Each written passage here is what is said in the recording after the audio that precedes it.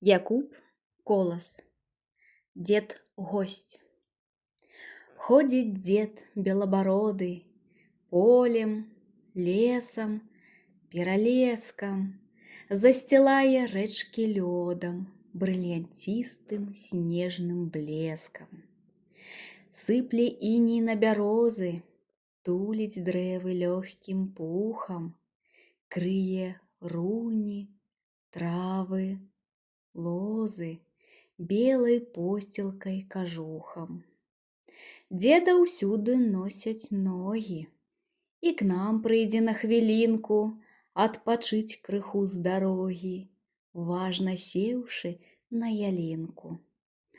А ялінка, чаго толькі на яе няма галінках. Свецяць зоркі і вясёлкі у бліскучых павуцінках. Тут лисичка, зайчык, мышка, рыбкі, буслік даўгавязы, а як ззяюць на ёй шышкі, нібы ў іх гараць алмазы. Каля ёлкі карагоды, песні, гутарка жывая, а той дзед белабароды толькі ў вусы смех пускае.